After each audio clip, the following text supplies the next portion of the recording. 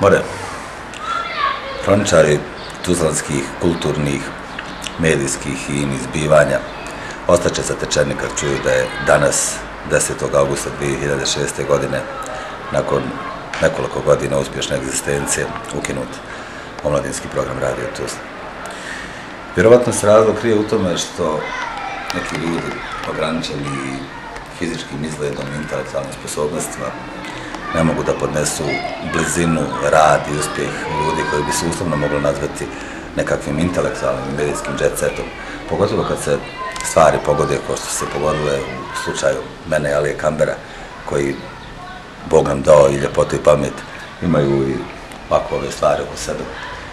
Onda jednostavno piši si za glavu, pa te ljudi gledaju da te nekako se sjeku u koljenima, da budeš barem približno iste visine koji oni. Međutim, što da kažem, jet set nije samo način života. Jet set je nešto s čim se čovjek rađa, jednostavno protiv čega ne može. Jet seteri nađu put, što kaže Nail Kurtić, komunikacijni kanal do svojih recipijenata, ovako ili onako. Elem, ne bojte se, omladinski duh i duhovitost je vazda s vama, bilo na Radio Tuzla ili bilo gdje drugo.